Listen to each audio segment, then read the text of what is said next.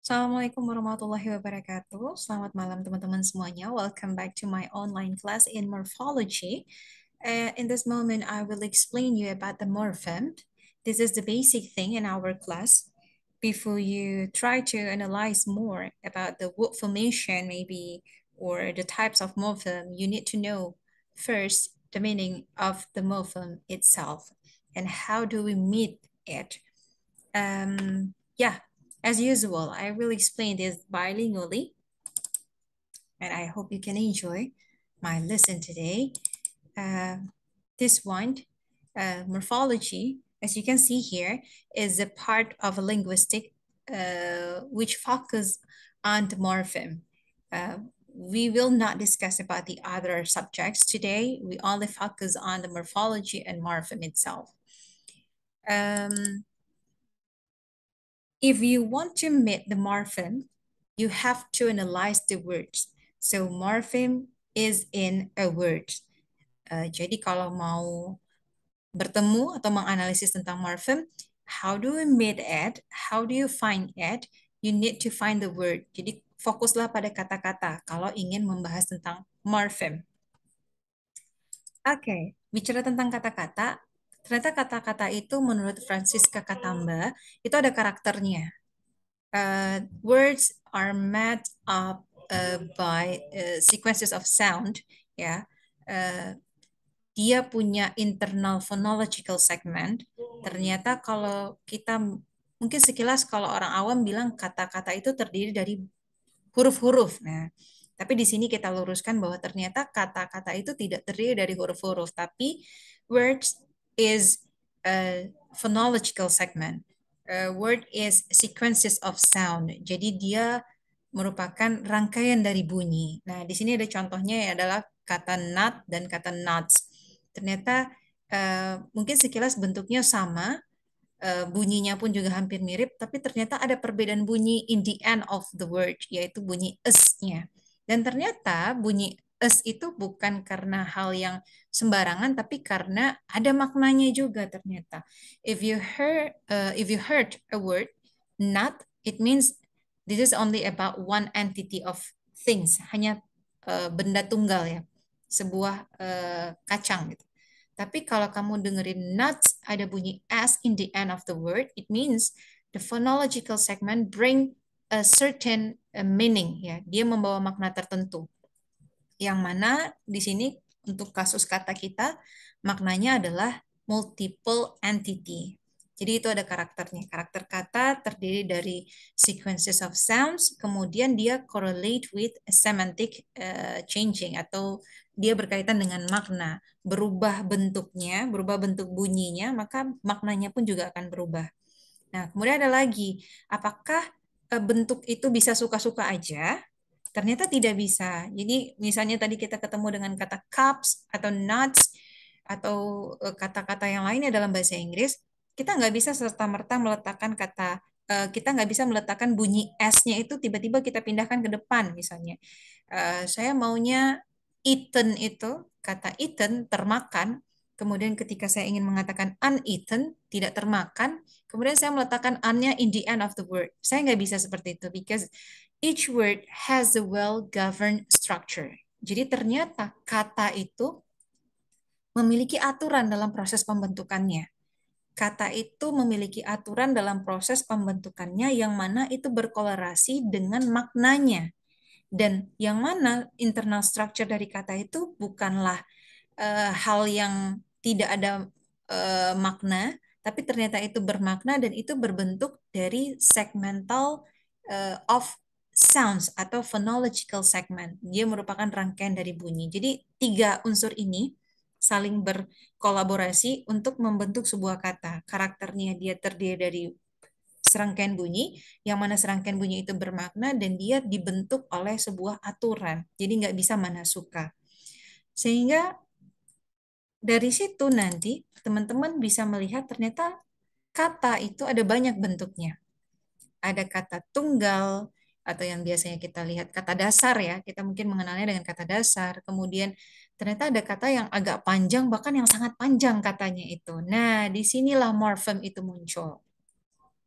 Morfem itu muncul di dalam unsur internalnya kata. Jadi tadi kita udah bahas tentang 3 karakter kata, terdiri dari sequence of sounds, dia punya aturan, dan dia berkaitan dengan makna dari setiap unit yang membangun internal structure of words itu sendiri.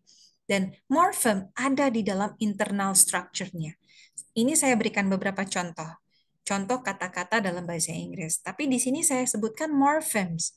Nah, coba teman-teman tebak, yang mana yang morphemes-nya? Apakah line yang pertama, the first line, guitar, read, child, dan lain-lainnya? Atau guitarist, reading, dan lain-lainnya? Atau unconditionally? Mana yang kata, mana yang morphem? Di mana letak batasannya? Nah, di sini karena kita fokus menggunakan buku Francis Katamba, maka mohon dimaklumi, maka persepsi yang akan saya gunakan adalah menggunakan buku tersebut. So, uh, yang bisa kita katakan sebagai morphem itu adalah internal structure of word. Jadi kalau tadi yang di sini, teman-teman bisa lihat ini adalah serangkaian kata-kata, tapi ternyata di dalam kata-kata ini ada morphem. Yang mana morphemnya? Morphemnya itu adalah serangkaian struktur dalam dari sebuah kata, internal structure of word. Otomatis morfem itu akan berada di dalam kata. Itu dulu kata kuncinya. Dia berada di dalam kata. Kemudian yang mana dia? Nah, ini definisinya yang lain. Smallest meaningful unit of a word itu juga dikatakan sebagai morfem. Kenapa? Karena kata-kata ini nanti teman-teman bisa lihat, dia bisa disegmentasikan lagi. Artinya kata-kata ini bisa dibentuk menjadi lebih kecil dan tetap bermakna, tetap bermakna. Sehingga ketika dia bisa disegmentasikan menjadi lebih kecil dan dia tetap bermakna, disitulah eksistensi morfem bisa terlihat dengan sangat jelas. Bisa terlihat dengan sangat jelas. Lantas bagaimana dengan kata-kata yang tidak bisa disegmentasikan lagi, yang tidak bisa diperkecil lagi? Bagaimana cara kita melihat morfemnya? Yang mana fisik morfem itu? Nah, sehingga wah, ini slide-nya kebanyakan ya. Sehingga kita bisa simpulkan bahwa, seperti tadi yang saya bilang di awal, kalau kamu ingin menemukan morfem, maka kamu carilah kata. Sehingga setelah itu kita pelajari karakter dari kata, kita bisa simpulkan bahwa ternyata word is not the most basic unit. Kata itu bukanlah unsur yang paling kecil. Kata itu masih bisa lagi dipilah-pilah menjadi yang lebih kecil. Karena kita lihat lagi contohnya ya, biar nggak lupa ya. Mana tadi dia? Nah, ini dia. Childhood. This is the one word. Tapi kita masih bisa segmentasikan lagi. Kita masih bisa bagi dia menjadi unsur yang lebih kecil, yaitu ada unsur child di sana. Jadi kata child atau unsur child masih bisa didapatkan dari kata yang lebih besar, yaitu childhood. Sweetie. Ada kata sweetie, ternyata di dalam sweetie itu masih ada unsur yang lebih yang lebih kecil ya, yang bisa bermakna dan itu exist di dalam bahasa Inggris, baik itu dalam teks ataupun dalam lisannya, ada sweet. Ada kata unhappy. Ada unsur yang lebih kecil lagi di dalam unhappy, yaitu kata happy. Maka dia masih bisa disegmentasikan lagi ya, ini posisinya. Kata unhappy itu masih bisa disegmentasikan, dipecah menjadi unsur yang lebih kecil, menjadi kata un dan happy. Kedua-duanya bermakna. Dengan adanya unsur un, itu menunjukkan makna negatif. Menunjukkan ada s di sini, menunjukkan plurality. Dengan adanya kata hood, itu menunjukkan sikap ya. Seseorang yang kekanak-kanakan, keibuan. Nah, itu ada maknanya di sini. Sehingga dari sini kita dapat simpulkan bahwa kalau kamu ingin menganalisis morfem, maka carilah kata. Yang berikutnya bahwa ternyata kata bukanlah unsur yang paling dasar dari bahasa itu, tapi kata masih bisa kita segmentasikan lagi menjadi yang lebih kecil, unsur yang lebih kecil lagi, yang mana juga tetap bermakna dan tidak mengganggu strukturnya dan tidak merusak internal structure-nya di sini ya. Dan unsur terkecil itu, unsur terkecil dalam suatu kata itulah yang disebut dengan morphem. The smallest meaningful unit atau mungkin the smaller meaningful unit of a word itu disebut dengan morphem. Kenapa bisa jadi dua? Saya gunakan di situ bisa smallest ataupun smaller.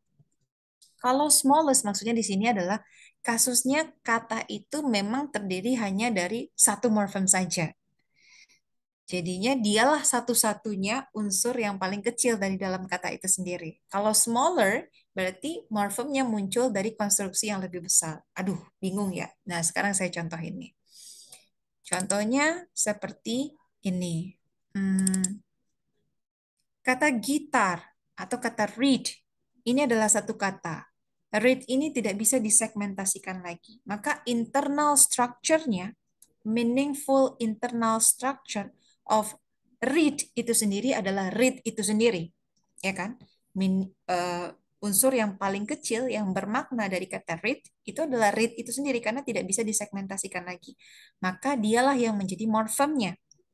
Morfem read pada kata read. Maka morfemnya ditemukan dalam bentuk keseluruhan katanya itu adalah morfem. Tapi pada kata unhappy atau sweetie atau books atau childhood di sini katanya adalah unhappy. Tapi kata unhappy masih bisa disegmentasikan lagi menjadi lebih kecil. Ada unsur un dan unsur happy. Unsur un punya makna yaitu negasi atau lack of, tidak gitu atau kurang. Happy itu adalah salah satu bentuk sifat itu bahagia artinya kalau dalam bahasa Indonesia. Maka di sini unsur yang lebih kecil daripada kata unhappy masih punya makna yaitu ada dua di sini. Ada un dan ada happy. Maka kedua-duanya adalah morfem di sini. Morfem untuk kata unhappy karena dia adalah smaller unit of word unhappy. Jadi ada un, kemudian happy, kedua-duanya adalah unsur yang lebih kecil dari kata unhappy, yang mana mereka memiliki makna. Nah, itu yang disebut dengan morfem. Jadi, ada dua kasus morfem. Pada line yang pertama, di mana morfem itu ditemukan pada sebuah kata yang mana whole atau keseluruhan internal structure of the word is the morphem itself. Atau yang kedua kasusnya, atau bahkan yang ketiga, di mana the word can be segmented into the smaller unit. Dan ternyata smaller unitnya still has a meaning. Sehingga kita katakan the smaller, atau sorry, meaningful smaller unit of a word, itu semuanya adalah morphem. Sehingga kita bisa simpulkan bahwa ternyata akan ada nanti momennya sebuah morfem itu berada dalam sebuah kata, secara keseluruhan kata itu menjadi satu morfem. Itu disebut dengan monomorphic, yaitu kata yang dibentuk oleh satu morfem. Jadi ibaratnya nih kalau kayak buah, buah itu nggak ada pakai kulit, langsung dimakan itu semua. Kayak cherry, buah cherry. Langsung dimakan, tersisa tangkainya.